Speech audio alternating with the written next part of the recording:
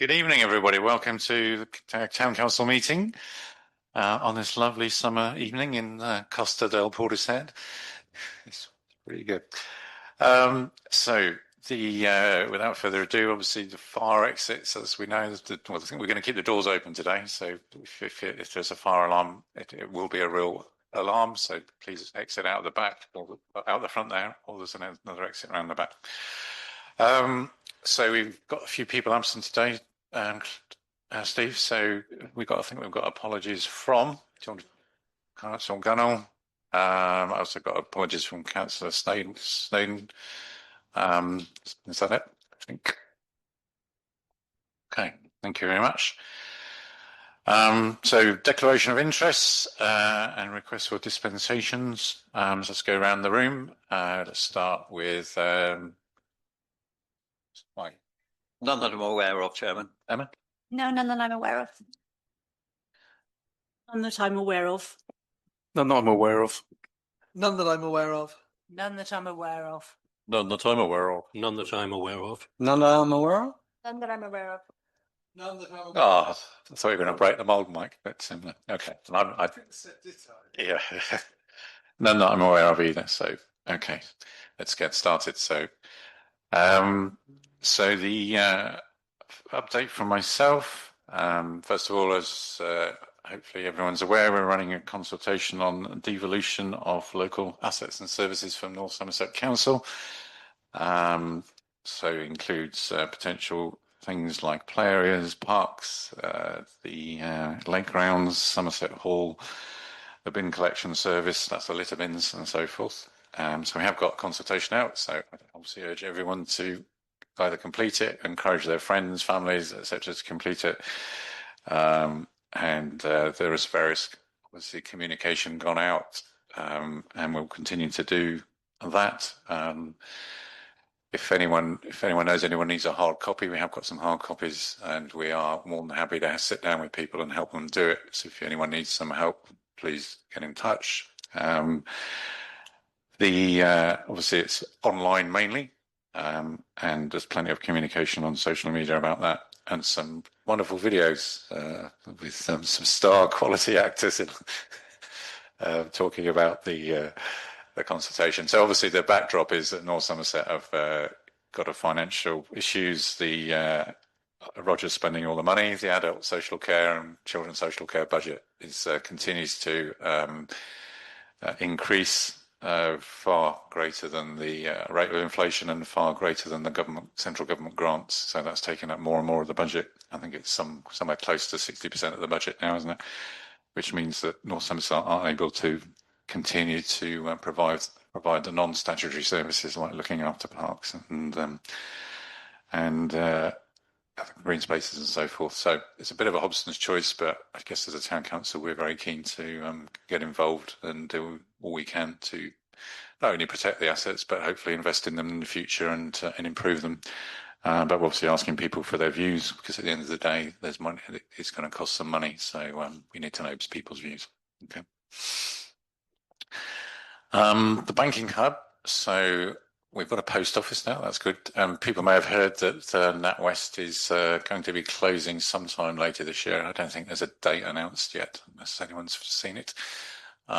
But we have been in regular touch with a company called Cash Access. Cash Access is funded wholly by the major UK banks, and their business model is to come in as the last bank disappears to provide a full banking service, which includes advisors from the major banks sort of coming in on a rotational basis, as well as a cash service and banking services for local businesses and so forth. So we are in touch with them, and their plan and what they've told us they're going to do is they're going to come in and be there before NatWest goes. So that's obviously would be the ideal scenario. Might even be a better service for the town as a whole, because at the moment, unless you're in NatWest, you haven't really got a banking service. So it's probably an improvement. But overall, they've done this now in about 100 different towns across the country. So it's a fairly well proven process. They've got a kind of blueprint. The main issue for them is obviously finding a suitable premise. Portishead's not endowed with buildings that are available. So they just need to find somewhere which where they can obviously provide the service somewhere on the high street, probably. Okay. Any questions on that one? No. Yeah, go on. Can I Mike. just take the opportunity of asking, since you have been talking about it, do they specifically need a building which has been an ex-bank or something similar? No, in fact, they seem to tend to go for buildings that haven't been ex-banks. Which seems to be their preference when we've spoken to them. I mean, obviously they've got, they've sort of got like a pod sort of blueprint that they come in when they provide their own security and all that kind of thing. So, yeah, I guess probably the banks are a bit, because they've obviously got those huge strong rooms and stuff. So it's probably a bit over the top, maybe in the modern world. I don't know, but anyway, these guys know what they're doing. That was the indication. Notwithstanding, they may use one of the old banks, but it'll be down to them, and they're the experts on it. But yeah. Okay. Okay. Anything else? No? Okay. Staffing update. So we've obviously got some changes. So the first of all, very pleased to say we've appointed a new assets and facilities manager, which is to help us take on the assets from North Somerset. It's a lady called Lucy Giles Townsend, and she's a very experienced person and specialist in this type of role. She's worked for large councils like Bournemouth and Poole, and currently she's actually working for Glendale. So she runs the depot in Weston-super-Mare on the North Somerset contract. So that's great for us because we're actually hiring someone who knows all about the operation. So that's good. I also noticed that she's got a chainsaw qualification, which I thought would be quite handy for the town. Is that to make financial cuts? Cool, couldn't possibly say, but yeah. But behave yourself, Mike, because she.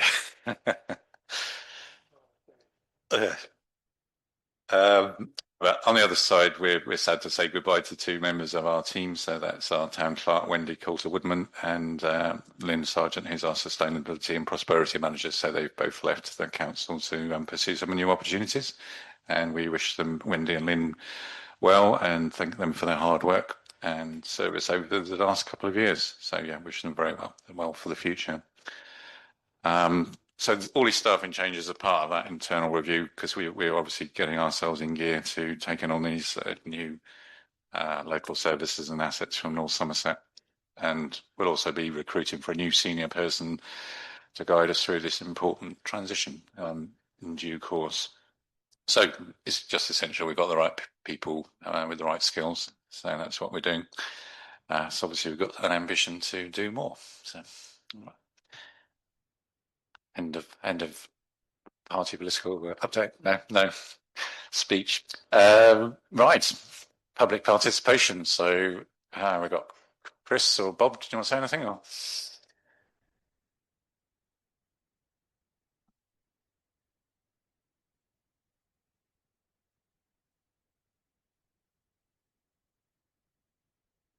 Hi there. Yeah, I'm coming through okay, great. My name's Chris Clark, and that can be recorded if you'd like. It's been a few weeks since I was able to come to one of these meetings, and during that period I tried to keep up to date, but struggled to find out what you guys were talking about in the folk hall here. Now, I decided to look online at the agendas, which are well documented, all out in good time, and then I looked at the minutes, and to be frank, the minutes are appalling. They are so slow. Since the March last meeting such as this, you've had 8 meetings, of which only 3 have minutes online. 5 of them are so far unminuted. Each of the ones that are minuted took more than a month to get online. And the one that I think shocked me was that the Portishead residents meeting, the minutes, when I looked at the entry for the 14th of May 25, the most recent one, the minutes of that were the ones from 2024. So they are exactly 12 months out a day, and I did write in and query it. And they were drafted on the 9th of May 2025. how can we expect people to keep up to date and current with the discussions that are going on inside this folk hall if we simply don't communicate it? With the greatest respect to Paul, the only reason that I knew that the change of chairmanship was because he wrote a letter out and I saw underneath it written town chairman or whatever.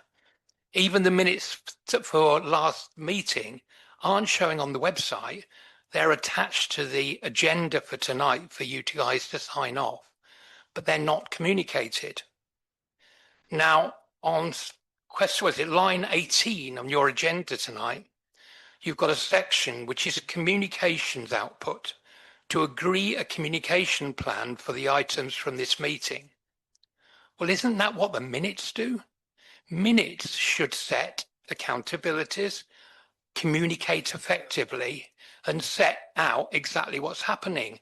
And if they were done perhaps on time, like other councils do, and I have checked around and looked at what the people locally are doing, Nailsea has no minutes outstanding from any of its meetings that are documented with an agenda.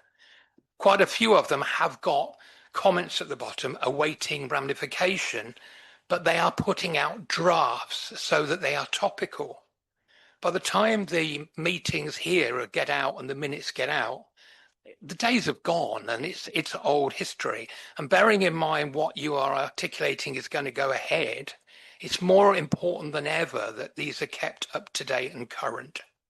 So that's my rather lengthy observation, not really a question, but if something could be done about getting minutes out quicker, I think it would be benefit everybody.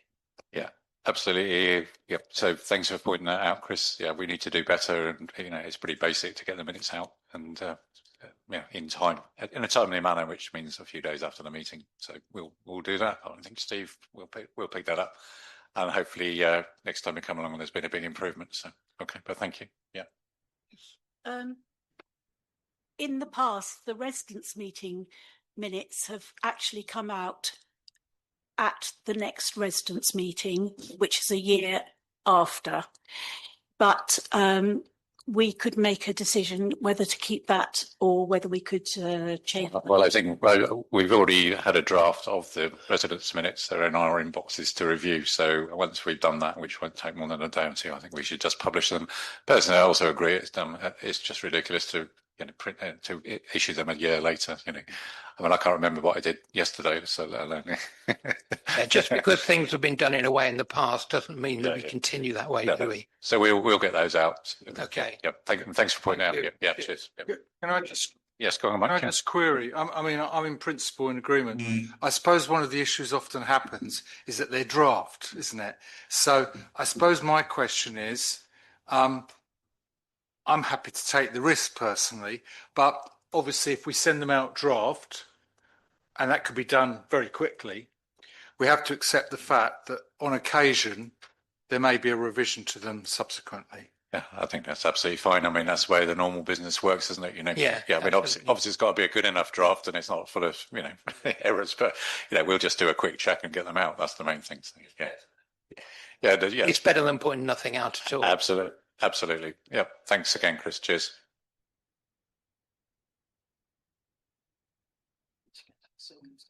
Yeah, we have had some staff shortages as well recently, so but that's just a reason for it. But we'll improve. Okay. Anyone else? Bob? Those who don't know me, I'm Bob Poole. Main interest is in probably motoring and transport. So I just wanted to make a couple of comments. One that sort of brought home to me, I don't know what it's actually called, but the road down from the top that goes down through the trees past Eric's place, Burden's place. I met somebody coming up today, which was quite exciting. I made him back all the way down. I don't think he'll forget. But there isn't really a clear sign at the bottom to say no entry. There's a very washed out sign on the road, and I couldn't find a post that says no entry. So I think that's one thing. I'm thinking about washed out signs, and this might not be a council thing. It might be on private land, but the junction that's sort of inside the car park with Waitrose and that area, they're all worn out as well. And people try their luck of coming out of the car parks. And there's already been one tap there. It was a very light tap, and luckily it wasn't me, but it was a very light tap of two going, thinking, well, everybody's got right away. Well, of course they haven't. There was just about, you can see. So I don't know whether those come under this council. Well, what we can do, or Somerset. Della, as our office manager, is very good at chasing that in all Somerset. So if you, Okay. she's got a good relationship with highways. So St Mary's, I think it's St Mary's Road, isn't it? The one. Yeah. Yeah. St Mary's Lane, isn't it? Yeah. So I can do that one. But do you mind sending us a photo of the Waitrose one? Because Yeah, What yeah, you I mean, can and do then that. we'll Yeah. chase it up. Yep. The other thing is and I don't know whether it's pure coincidence, I have to believe it is, but I put a tirade into North Somerset about the down road approaching High Down School, because it's nearly as bad as West Hill was. I wondered whether it was going to become the new West Hill that used to be a sort of dirt track. But I came out tonight and it's all covered in cones. So I don't know whether North Somerset, do we know when North Somerset are going to do their roadworks? Would we know if it is them that's going to do anything? Don't know. Alan? Yeah, Bob, I've been chasing them up regularly on the Downs Road and also about signage in the town. It is on their list of things to do, and they did say they were doing a sort of triage with it. Okay. I know what you're talking about by the Downs turn off. So Yeah. they're probably doing it within the next 2 weeks. Yeah, it could be. As I say, it's all cone tonight, which I've never seen before. So that's interesting. That was all. Thank All right. you. Thanks, Bob. Mike? Yeah. Bob, I think by Pete Burden's house, which of course is two-way up to that point, Thanks, I yeah. think there are two signs. They Maybe might they're be- just they covered might in be in the bushes. vegetation. Yeah, then- you might and then well you be cut right. them There's back one on there. the road, but it's not Yeah. very clear. Yeah, I'll But go around and have a look, and we'll I don't think the guy will do it again. I mean, Paul, take your secateurs. Yeah. So now chainsaws down, isn't it? So we're upgrading. Okay. Is there anyone online? No. Okay. Thank you very much. North Somerset Councillor reports. Roger, do you want to just kick that one off? Or? Yeah, I was Yep. going to say, would Sue like to go first? Oh, you can have an arm wrestle about it. Come on. Go on. No, both Roger and I have been already in 2 meetings today at North Somerset, this morning, this afternoon, and we're both here. I will allow him to go first. Thank you very much, Sue. It's really nice actually to be sat here instead to do my North Somerset councillors' reports. There's such a lot that goes on at North Somerset. I hardly know where to start sometimes. But today we've had a cabinet meeting, so maybe that's a good place to start, isn't it? That we've put forward now the sites for consideration for the local plan. Unfortunately, I think, as I told Bob earlier, that includes the Tower Farm site up at the top. So we did, as a council, put in some protestations about some of these, but it seems that everything's pretty much still in the plan that was there. The plan isn't at its final stage yet. It needs to go forward to consultation. There are other opportunities to make arguments for this, and I think, as always, we have to bear in mind that the government have said that we have to provide a certain number of houses in the area. There is no option. If we fail to provide them, they will just overrule whatever we do and force it through. So,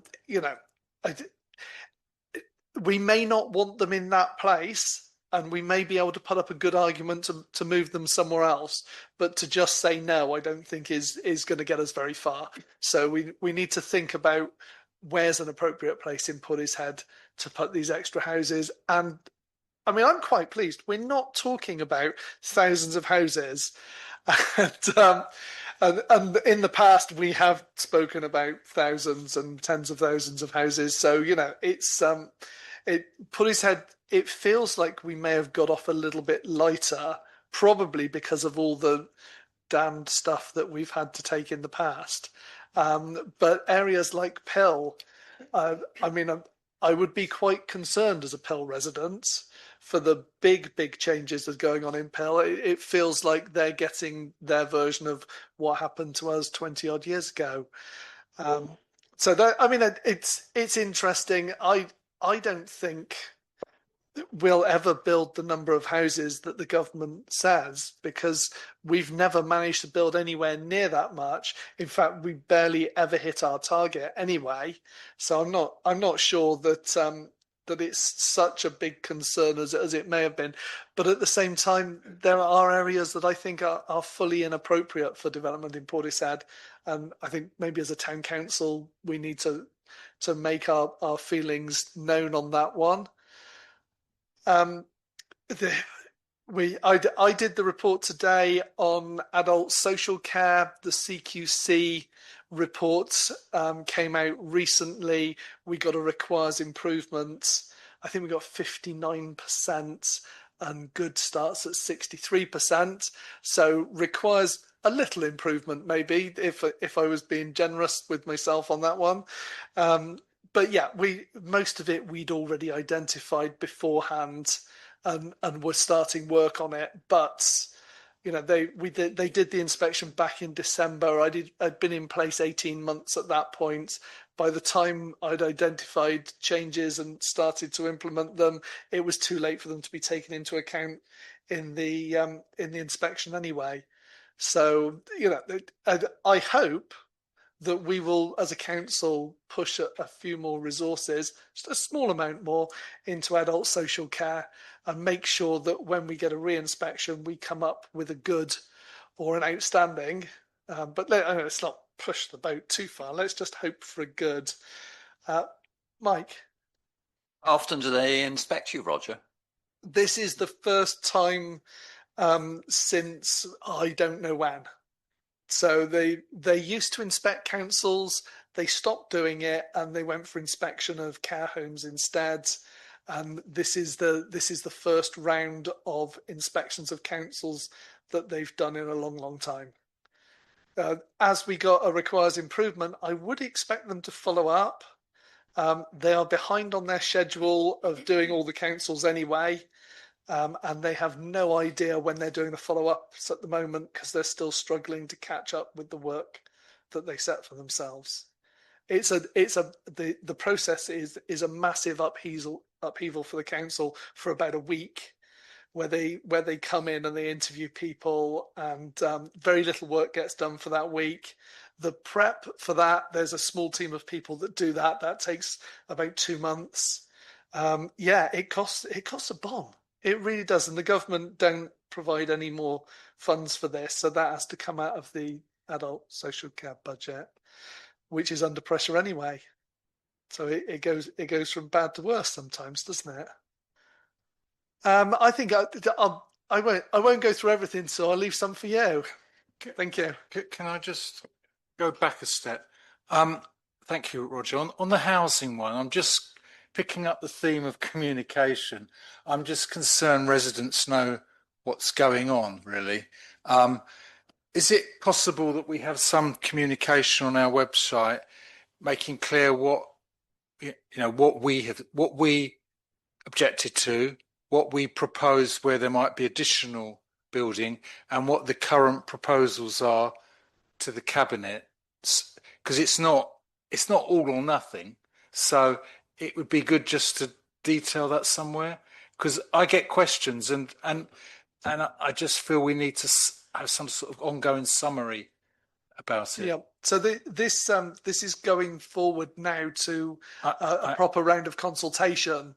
The proposed decisions from today. So all the detail behind that is on the North Somerset website. If you have the will to dig deep enough into the paperwork, I've done that to find it. Yes. I have done that, and it takes a lot of digging.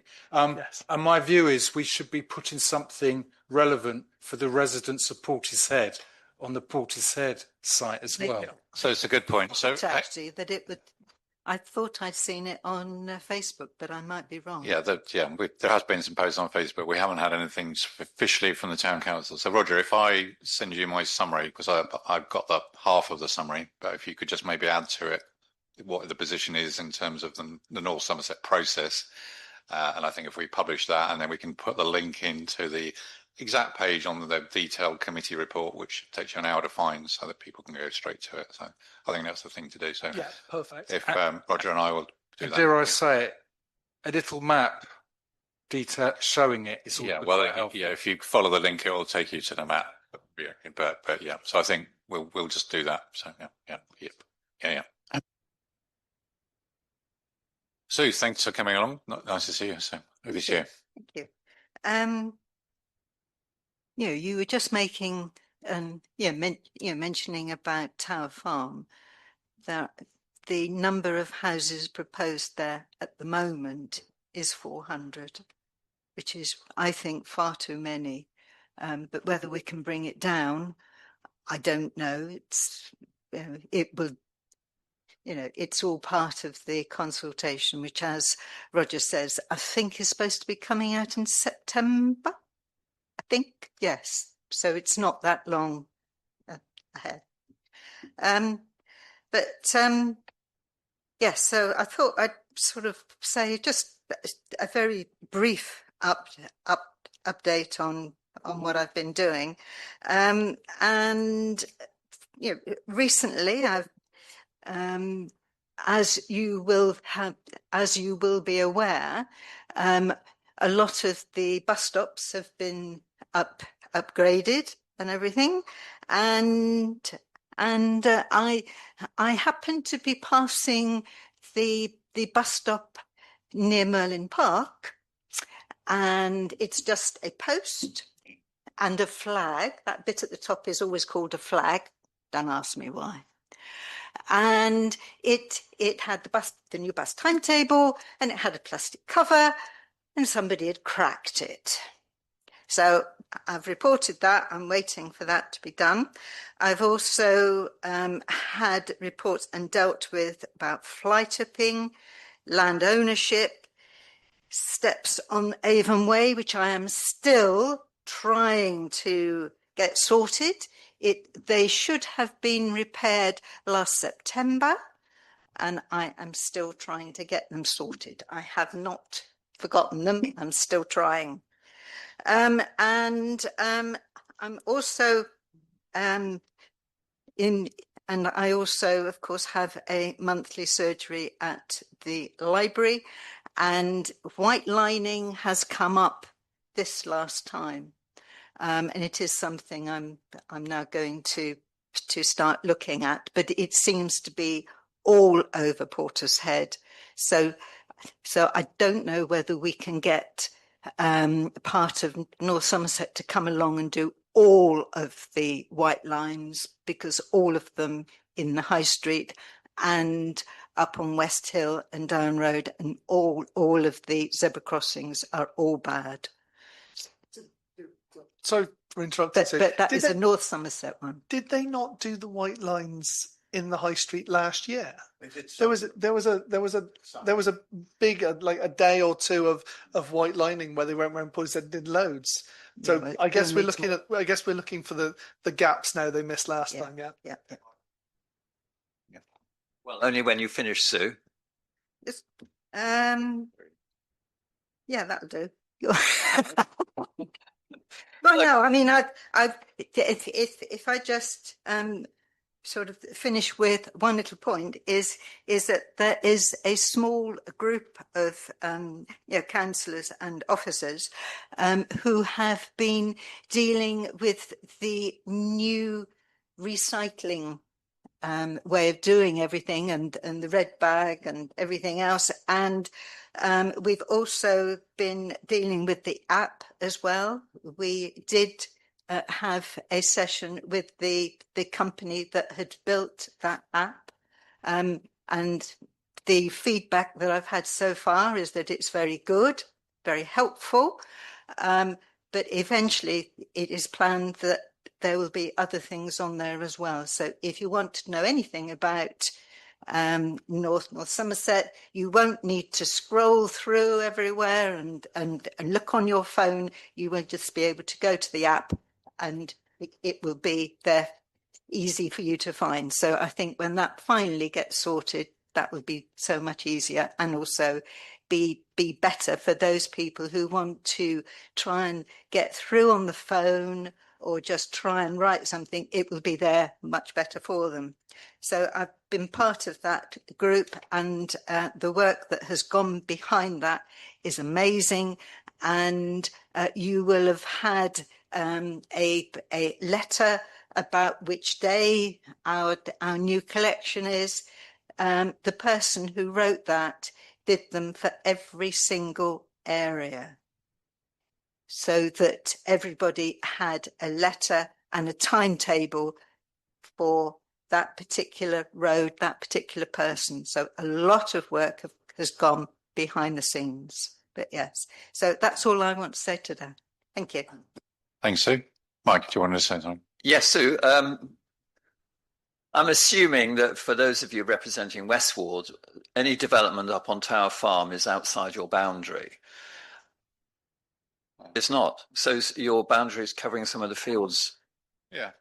I'm not sure, actually, come to think of it. Well, I was going to mention later on in the agenda that the Local Government Boundary Commission for England is going to be reviewing North Somerset's boundaries and council numbers and so on and so forth. So I'm assuming that could be drawn into that. That will be done after they have looked at all of the town and parish councils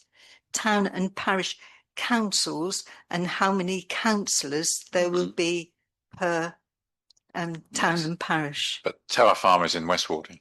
The boundary is sort of just just north of Western Bigwood, but Tower Farm is in West Ward. Yeah, including the current pasture fields. Yes. Yes, the Tower Farm fields. The boundary is somewhere. It cuts through the woods, basically. So. Okay, so it's not part of Gordano Ward then? No. All right. And the Avonway steps you mentioned, are those the ones opposite Tesco that you're referring to? Which ones are you referring to? The ones where you go down Avonway, past shops, round the corner, and then you've got where the rewilding is. Well, it's so there is, when you come round the corner, and then you come to that little bit where the pavement sort of comes out of it so that people can see, and there's some garages there and then some houses. Well, it is the steps, the ones that go up to West. No, I think Westhill Garden. They're the steps that go up to Rippleside from it. No. Westhill Garden ones. We're getting into bits. It's much higher. It's on the other side. Yeah, we're getting into a bit of detail, but it's just it's about 20 yards south, down the hill from the Mugger on the other side of the road, basically. Yeah. And they are, instead of being sort of level, they're sort of like that. The ones that have been barriered off for a while. Yeah. But basically, there's a water course that goes under there, so they've collapsed. Okay, so I'm still trying to get them done. Janet. Having lost the will to live, with trying to look through the details that North Somerset put online about the building, could anyone tell me how close to Western Bigwood the Tower Farm proposed will be? Okay, well, we'll send you the map. You really have to look at them. Yeah. There is a map on the site, but you need to look at the map really. So, Bob, yeah. Quick comment on that. Yes, all those fields are in West Ward.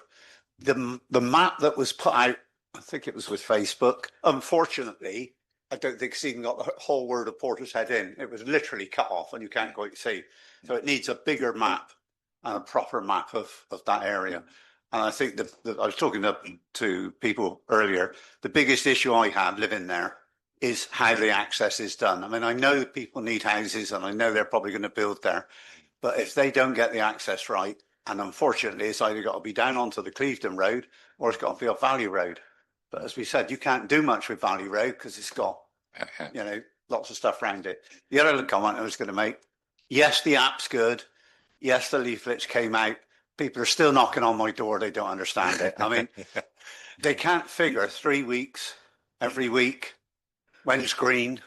It's very difficult. So, you know, the app's good, but there's a lot of people who haven't got apps. Yeah. Okay. Well, Bob. Yeah, just to help you, Sue, there are 144 bus stops in Portishead area. Out of that, 26 bus shelters are currently being unused. That's including Nor Road, Down Road, Bristol Road, Brampton Way, and so forth. I'm just wondering whether you want to communicate with your guys and see if they can repurpose one of those bus shelters up to Down Road. So it's a bit more permanent than, is it Down Road you were saying that was on? So it's a bit more permanent than just a flag and a board.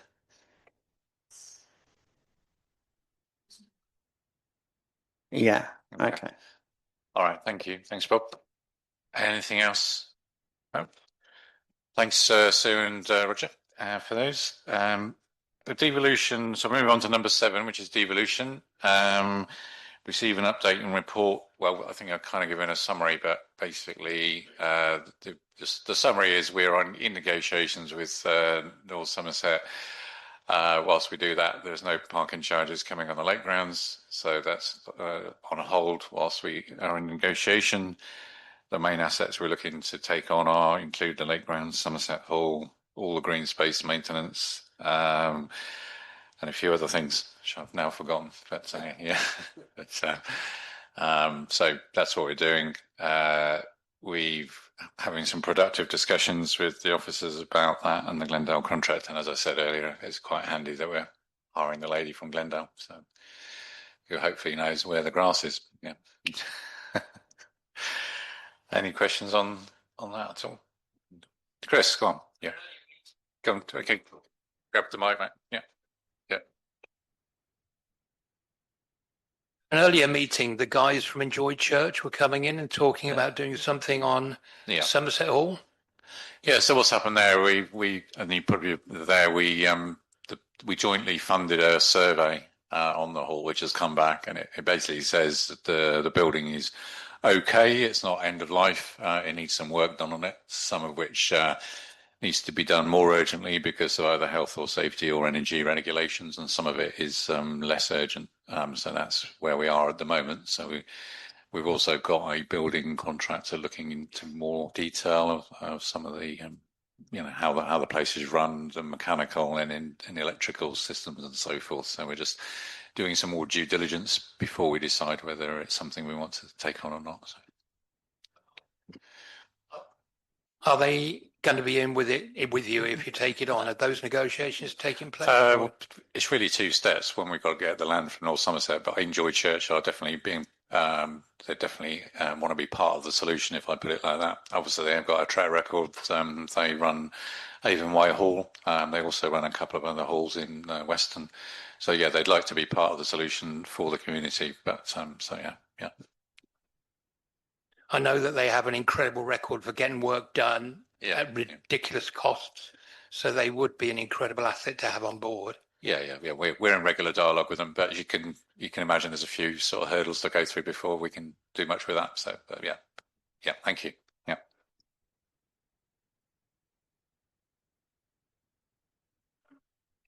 Right. Moving on. So minutes. So should we approve the minutes? Maybe we should publish them tomorrow. Right.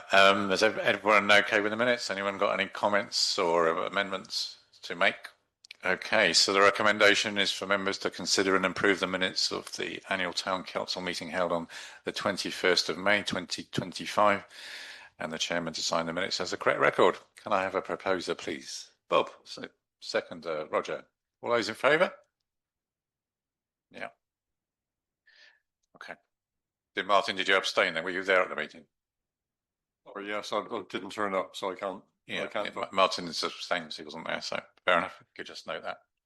So thank you. Okay, so we have some financial items to go through. Obviously, we've had our internal audit, and thank you to Rachel, who's on the line there, for dealing with all of that.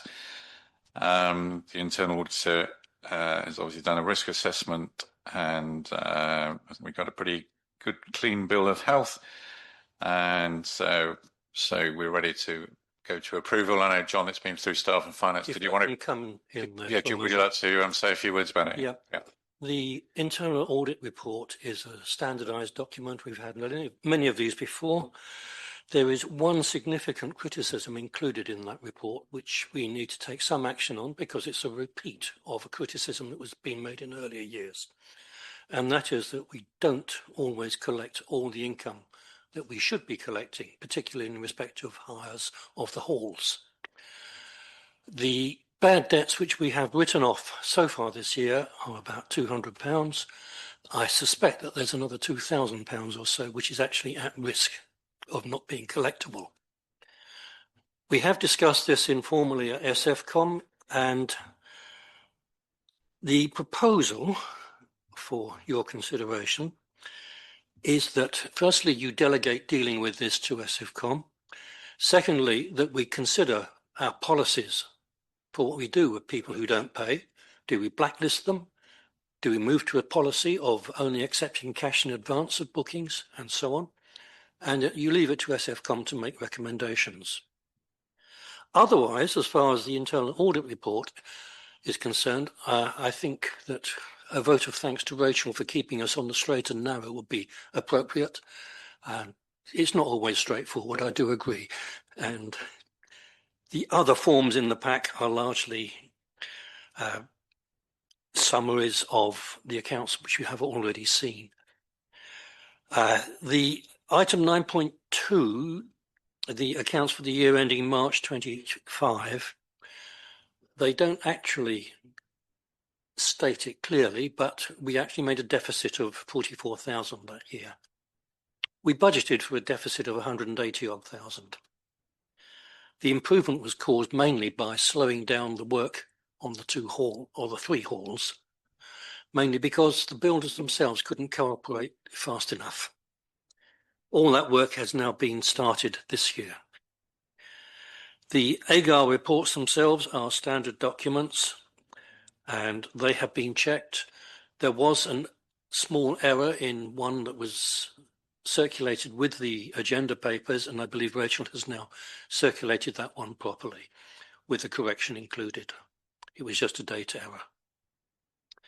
So I'm happy to propose that all of those documents be approved by this meeting.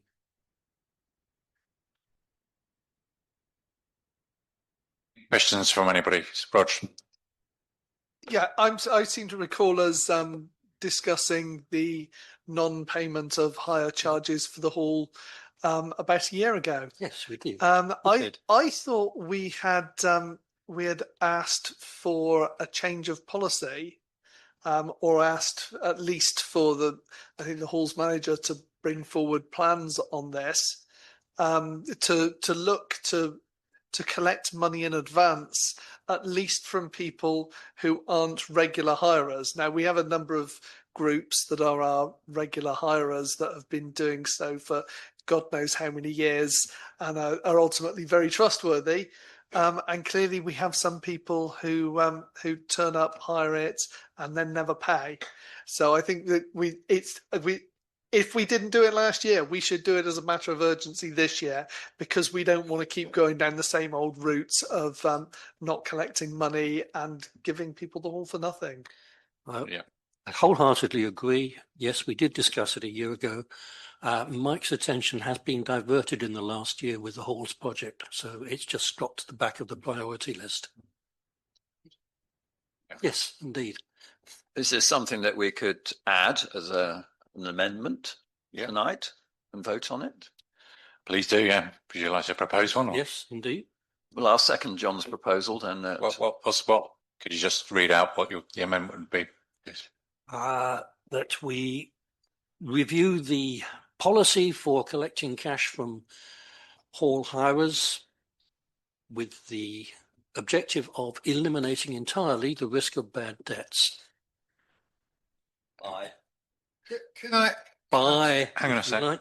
By refusing to accept bookings from those who habitually refuse to pay, and by moving to a policy of collecting cash in advance of bookings.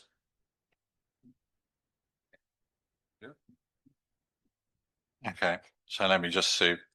So for paraphrase that, we want to review the policy for collecting monies from HARAs in order to minimise our bad debts. Is that okay? Is that enough? Well, let's just keep it short. Let's not give this the answer. Let's not give the solution. Let's just give the requirement to the to Mike. Yeah, which so is basically to review the policy for collecting income from HARAs in order to minimise our bad debts. Okay. Sorry, Mike. Yeah. Well, I mean, it's fine by me. I just can't see why we can't just make a decision tonight to move to vote on it and say we will collect money in advance, subject to a reasonable cancellation policy. I mean, can't we be a bit more robust rather than put it back to be reviewed to come up with another? That's my. Any thoughts? Can I suggest that you just leave it to SFCom to come up with the answer, and then we will notify this council that. So we'll make what a is actually decision done. at that group and then notify the one. We okay. may have to make some amendments to the systems we use. Yeah. Okay. Yeah, sorry, Chair. Could we just add some form of time limitation on this happening? To get it, make sure it gets back before a committee in a reasonable period of time. I'm not sure that we can ultimately make a policy decision tonight based on something that wasn't really on the agenda in the first place. We've sort of wedged it into the agenda. So to then tonight to recommend that it goes to somewhere that can make a policy decision is probably the best we can do. So, Steve, what's a realistic time frame, do you think, for next SNF? Okay, yeah. Fine. Okay, everyone happy with that? All right. Steve, what we've got like 9.1 to 9. Whatever it is for here. We've got to go through all these individually, or can we just pass the motion to do? All separately. Okay. Okay. Okay, so there are no outstanding issues as far as I'm concerned in respect of any of the documents. All right, so I'm going to do 9.1 to 9.3, then I'm going to cover the amendment that we've just done, and then we're going to do 9.4. Is everyone happy with that? Yeah, okay. So basically, the recommendation is to approve the findings and outcomes of the internal audit report. This is 9.1, to approve the accounts for the final financial year ending 31st of March 2025. And to consider, note and approve the consolidated bank reconciliation for the 31st of March 2025. Could I have a proposer? John, seconded. Bob? All those in favour? Thank you very much.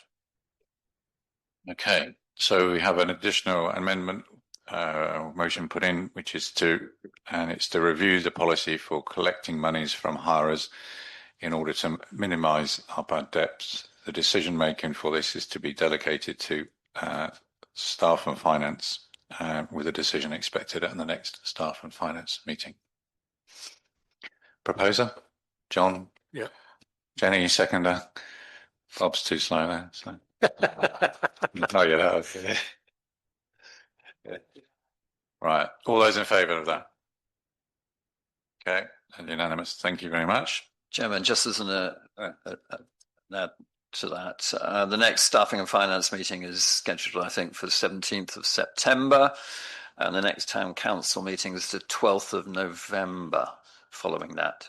So it's going to be a while before any actions actually enforced on that. Well, there's nothing to stop us talking informally before then. Indeed. I think we can put the right processes in motion, can't we, in the interim. Okay. So 9.4 is the AGAR, which is sounds like something you put in a petri dish, but anyway, yes, it's the annual governance and accountability return, which is which is a legal document that we need to provide. John, do you want to bring us up to speed? These are entirely standard documents. There are no issues outstanding as far as I know. Okay. Rachel is online if you wish to speak to her about the detail of them, but I believe they're just taken directly from accounting systems. Sure. Okay. Anyone got any questions on? Okay.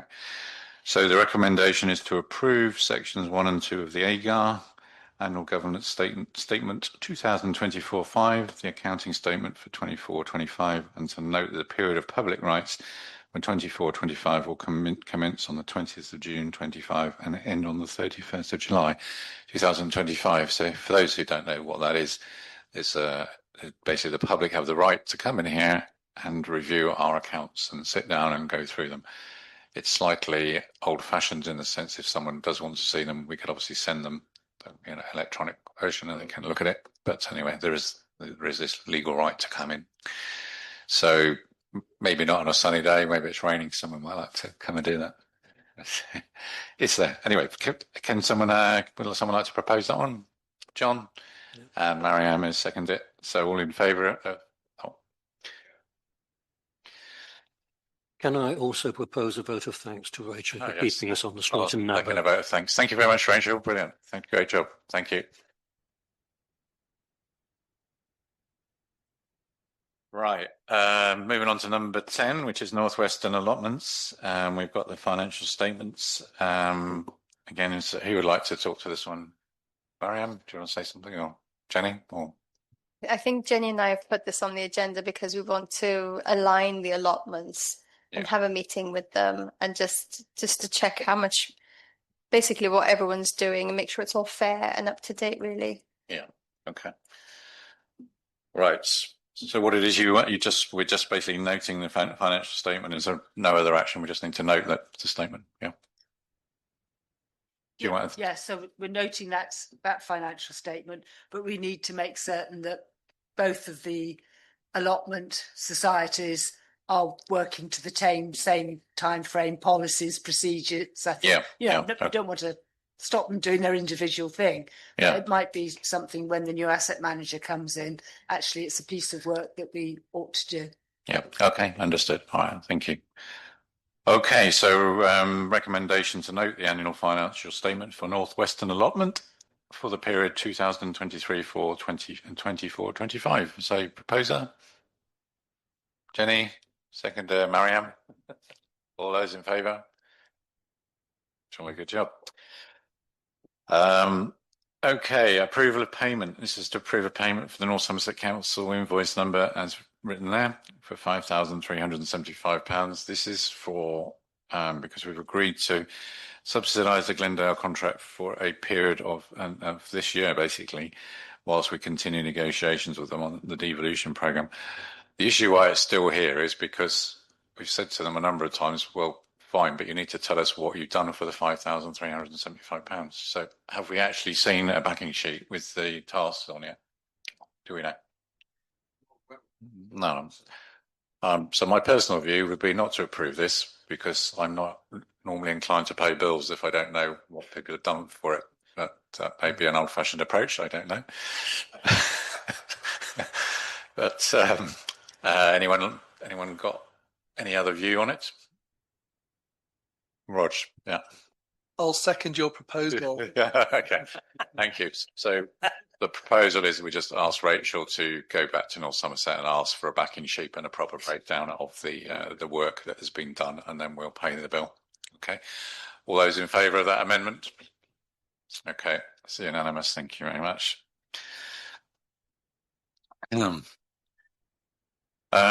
Glendale, we have a town orderly from Glendale who does an excellent job for us.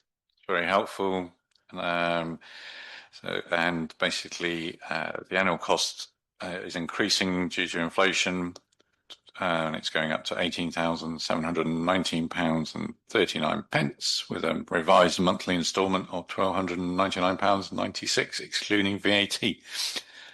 Recommendation is to note the increase to £18,719.39 for the Glendale Town Hall leave provision for 2025-2026. There's a slight typo there.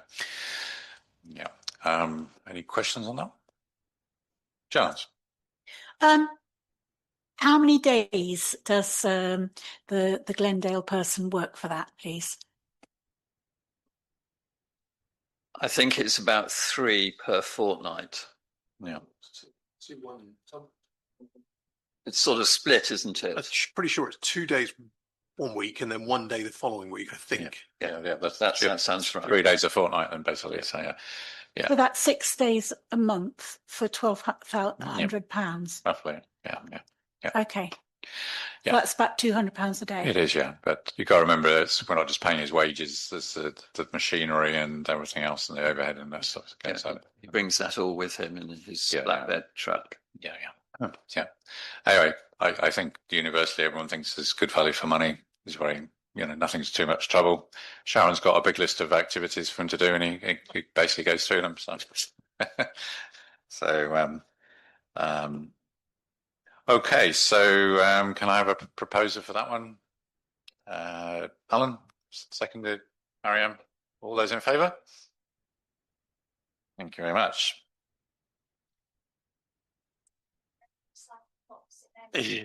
Yeah, well, that's a good idea. We could do that. Yeah.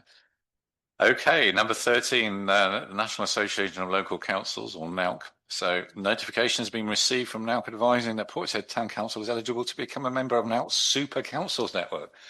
I kind of thought we would already be an honorary member, but founding member, surely. Yes. Super. So yeah. So it's basically, as you can read there, it's a network for the largest councils with a particular turnover. I guess to get together and discuss sort of policies and things that might be affecting us as bodies. So like the general devolution, so it looks as though there's quite an interesting set of kind of meetings and agendas that it will be good to us. I guess through the devolution process, I mean, with Steve's help as well, we have talked to quite a few other councils. It's always good to get some other knowledge, learn, and that sort of thing. So I guess so recommendation is to join the NALC Super Council Network and delegate to the town clerk and appoint one councillor to represent the council. And it's also free. So there we go. Well, yeah. So anyway, anyone particularly like to go on it, Mike? Be on it. Yeah.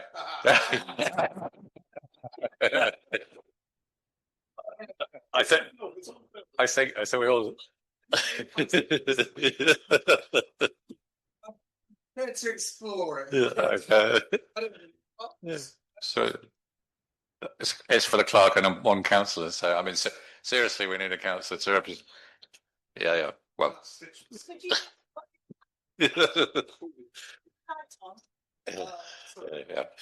Yes, I've stitched myself up. Anyway, thank you for volunteering to be our representative on the council, Mike, on the Super Council. Well, you can now call yourself a Super Councillor, okay? Right. Sorry, Chair, can I just ask, does that come with a T-shirt? Halo. Okay, so recommendation is to join the NALC Super Council Network, delegate to the town clerk, and Mike Rees to be our representative on the council. All those in favour? Sorry, put me the proposer first. Sorry, proposer Bob, seconder Roger. All in favour? No.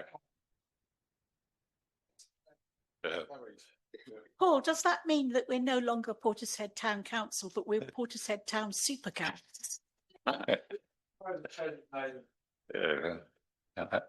Only if we produce minutes on time. Okay.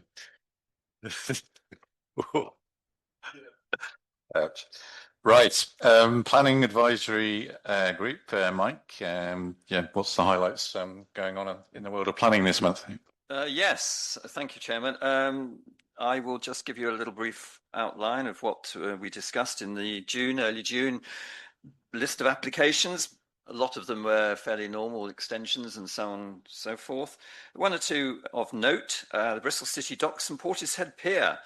They requested, clearly it's related more to Bristol City Docks rather than us, but they may in the future come to some conclusion as to what they may or may not want to do on the Portishead Pier. So we concluded that we would certainly wish to be engaged with any consultation on that matter. The chemist up on the top of Avon Way. Retrospectively, they put an application in to join the two shops, the old Chinese takeaway that was next door. And we made a couple of comments in relation to that. And I hope they managed to make it a bit more respectable.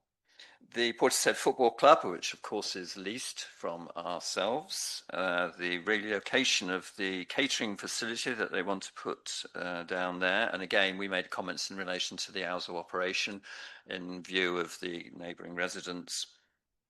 The Old Mill Road, which has already been mentioned this evening, one of the units is being done up, or change of use, not one of the ones that's been restored with new roofs and cladding and whatnot, but one of the other ones down the end, Howden's planning to go in there, so we had the application for the signage for Howden's. And then our old friend Glen Orkey came back on the agenda for the third time in a couple of years. The second application got approved by the inspector because North Somerset turned it down and they took it to appeal. They won that. And this third application was for a quite revised plan, which was much more in keeping with the existing property and satisfied both the neighbours and ourselves, and we approved it. I've already made mention of the Local Government Boundary Commission, who will be looking into revising the number of councillors, which of course we put in for an extra 1 from 14 up to 15, with a slight shuffle in one of the wards, and the extension of our boundary to include Moorgate, which is currently in Portborough's jurisdiction, and the nature reserve, but I don't think that's going to go anywhere in that respect. And we have also heard in relation to Tower Farm, which of course is hot off the agenda. So we'll see what happens in that respect. So I think that concludes my little report on that. Yeah, thanks, Mike. That's a good, interesting summary, Roger. Right, I just wanted to make sure we all got that on the West Hill Pharmacy. We requested a condition, didn't we, to go on there that if planning permission was to be granted, which we didn't object to, that we requested it be made wheelchair accessible, which it currently isn't. Yes, good point, Roger. Thank you for raising that. Okay, thanks for that. Over to you, MF. So community matters. What's been going on? Yeah, no problem. So it actually takes us back to April, which was our last Community Matters meeting. We had to cancel our one at the end of May due to the work that was going on in the folk hall. But for April, certainly the major two elements that we had on there was the grant awards for both CANS and for the Portishead Youth and Community Centre. We had representatives of both of those groups here to give a sort of pre-sale on their work. It was a good opportunity really, I guess, to understand certainly what's going on in the Youth and Community Centre, and also wrapped up with giving pre-notification of CANS actually moving into the folk hall, which has been operational now since last week, isn't it? Last week was 2 weeks, 2 Fridays, yeah. So I'm just running down what else was on the agenda there. We had some tree work organised, which we signed off, which was over in Redcliffe Bay to make sure that we were keeping the path safe, and we signed off on the floral arrangements for this year and the maintenance of that. But in summary, because we haven't had we've only had the one meeting in the last sort of 2 and a bit months. We're ready to go next Tuesday for the next Community Matters meeting. Lovely, thank you very much. John, I guess we've already covered a lot of stuff in finance. Is there any other things you wanted to raise? Yeah. We've had the results for the month of April, and the May accounts are expected by the end of this week. April showed a deficit of 58,000. This is not as alarming as it looks, simply because most of it, well, all of it is caused by payment of the 4 large grants to the service level agreement organisations. We haven't paid any grants in respect of the small community grants yet. I would like to add a word about the halls, if that's an appropriate time. The Folk Hall and Redcliffe Bay are now in the stage of snagging, and they should be finished by the end of June. apart from the delivery of some new doors, which are not fire doors, they're just to make the place look a damn sight better, basically, which we are still awaiting a delivery date. Northwestern should be finished by the end of July. We did have a closure period of 4 weeks there, I think, but the builders only turned up for 2. This was not amusing. And that, well, they're catching up. They've been under some pressure from our project manager to get their act together. At that point, once all 3 are completed, a certificate of practical completion will be issued, and we will retain a retention of 2.5% of contract value, which is about £7,500 against any subsequent faults emerging. And in addition, Mike will be starting his programme of low priority maintenance works that have been envisaged for some time and will be encompassed within the normal operating budget that we have. A word about the total costs. In December, this council approved the Jones contract at a cost of £326,000. By the time work started, the project managers had whittled it down to £315,000. The latest forecast is £283,000. So the costs have been kept well under control. The overall cost of the project is falling roughly in line with that. There are some fluctuations because of variations in consultancy costs. And there is one which I would like to mention, which is Osborne Tricks themselves.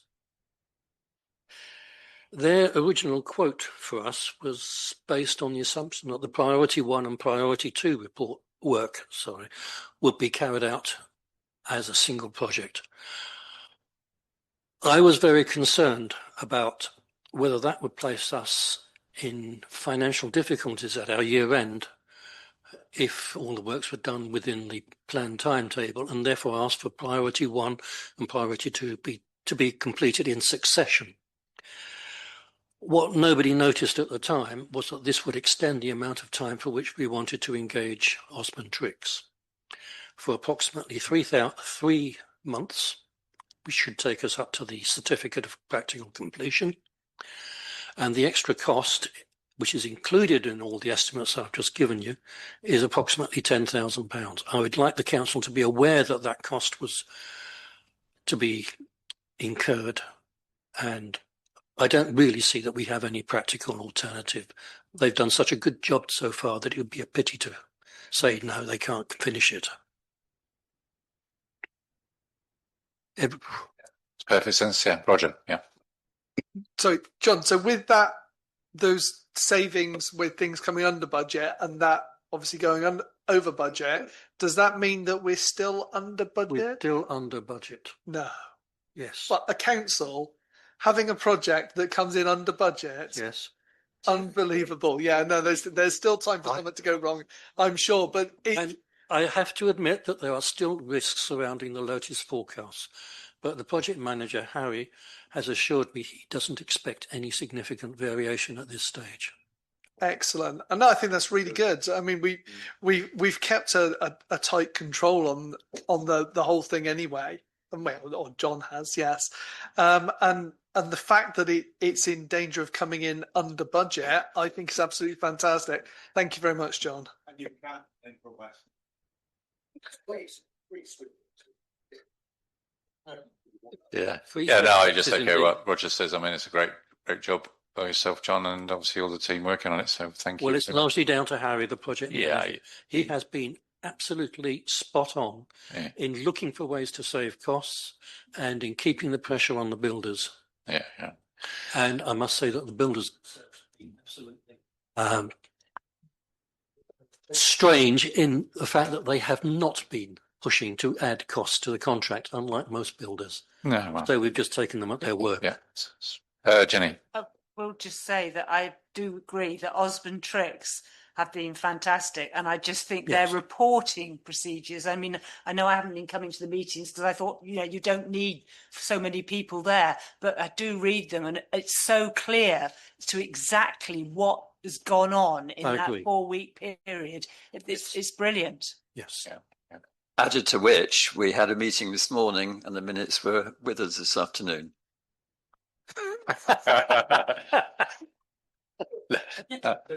No pressure there, then. So.